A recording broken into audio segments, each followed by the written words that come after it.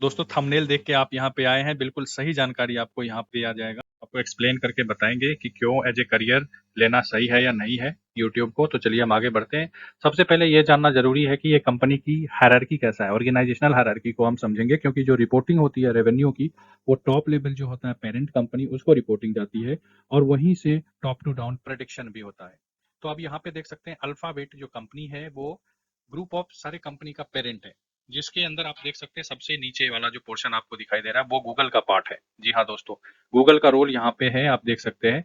और इस गूगल के अंदर जो आप नीचे देख सकते हैं जो भी चाइल्ड जो सब्सिडरी है यहाँ पे, वो एंड्रॉइड का है, सर्च का गूगल सर्च का है, यूट्यूब का है, बाकी एप्स जो है गूगल का वो है, जिसके अंदर मैप्स भी आता है, मैप्स भी है, और वो गूगल एड्स की है यहाँ पे।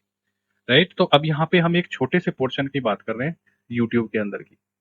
तो यूट्यूब को एज ए करियर अगर आप लेते हैं तो इसमें सही है या गलत है, ये चीज़ का प्रेडिक्शन हम आगे करेंगे। तो होप कि आपको ये समझ में आ गया होगा कि अल्फाबेट जो है पेरेंट कंपनी है और गूगल जो है उसका चाइल्ड कंपनी है। उससे भी नीचे जो चाइल्ड इसका डिपार्टमेंट है वो यूट्यूब का है।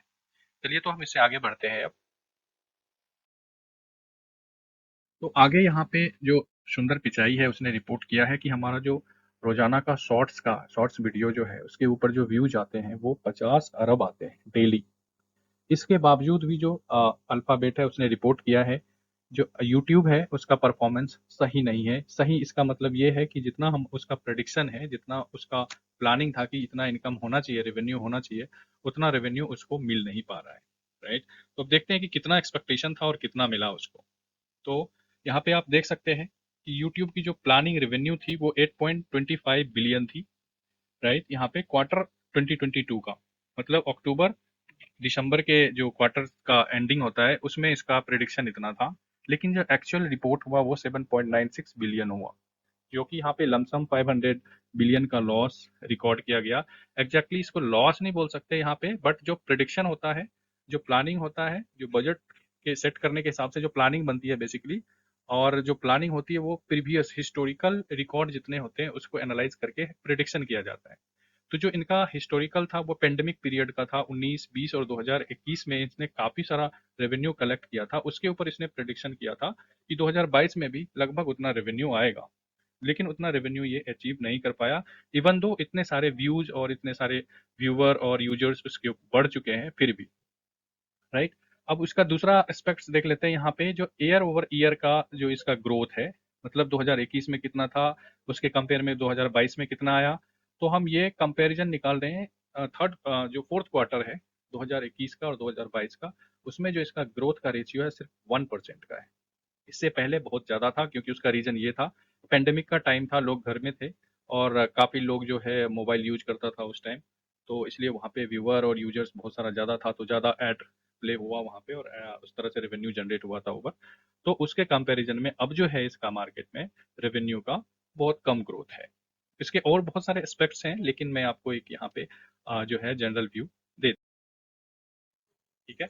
अब इसके आगे आप देख सकते हैं कुछ और प्रिडिक्शन यहाँ पे देख सकते हैं कि ये जो है अभी जो चल रहा है, मतलब जो अनुमान है मार्केट का वो काफी नेगेटिव है, मंदी का मार्केट का अनुमान है। इस चक्कर में क्या था कि 2022 के जनवरी में 12,000 एम्प्लॉय जो वहाँ अल्फाबेट से निकल चुके थे, उनको उन लोगों ने रिटेन नहीं किया। हालांकि जो अल्फाबेट के सीईओ है रोथ पोराट, उसने बताया कि 3455 जो है एम्प्लॉय को हमने, टेक एम्प्लॉय को, बेसिकली टेक्निकल रोल वाले एम्प्लॉय को हमने हायर किया है। राइट, तो ये सारा है। इसके अलावा आप देख सकते हैं कि जो मंदी का हालत है वो अमेजन पे भी जो है, अमेजन का शेयर डाउन जा रहा है 2022 में, हालांकि अल्फाबेट का नहीं गया है। अब इसका देख लेते हैं कि इसके कितने सारे जो हैं कंपटीटर्स हैं मार्केट में। आप देख सकते हो आज के टाइम में गूगल का काफ़ी सारे जो टक्कर देने वाले कंपनीज हैं वो खड़ा हो चुका है। जैसे ओपन आईएनसी का भी आपने देखा, चैट जीपीटी लॉन्च किया इसने गूगल सर्च को टक्कर देने के लिए, और उसके ऊपर वो इन्हांसमेंट भी कर रहा है, लाइक कि वो जो है जैसे गूगल लेंस काम करता है उसी तरह से इमेज रिकॉग्निशन का भी उसमें फीचर डाल रहा है चैट जीपीटी के अंदर। उसके अलावा जो है वॉइस रिकॉग्निशन का भी फीचर उसके अंदर ऐड कर रहा है, जिससे क्या होगा कि जो वॉइस को है, जैसे आप यहाँ पे गूगल असिस्टेंट यूज करते हैं उसी तरह से वहाँ पे भी वॉइस के लिए यूज किया जाएगा रिकॉग्निशन, और जैसे गूगल लेंस यूज करते हैं उसी तरह से वहाँ पे भी इमेज प्रोसेसिंग किया जाएगा।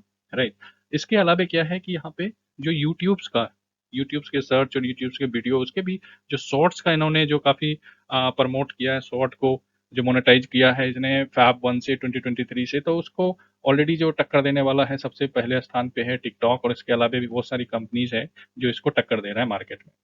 तो ये सारा जो है चीज़ आप देख सकते हैं। इसके अलावा भी अगर आपको लगता है कि ये गूगल स्टेबल है आपके करियर पॉइंट ऑफ व्यू से, तो आप जा सकते हैं, आप आगे बढ़ सकते हैं यूट्यूब के साथ।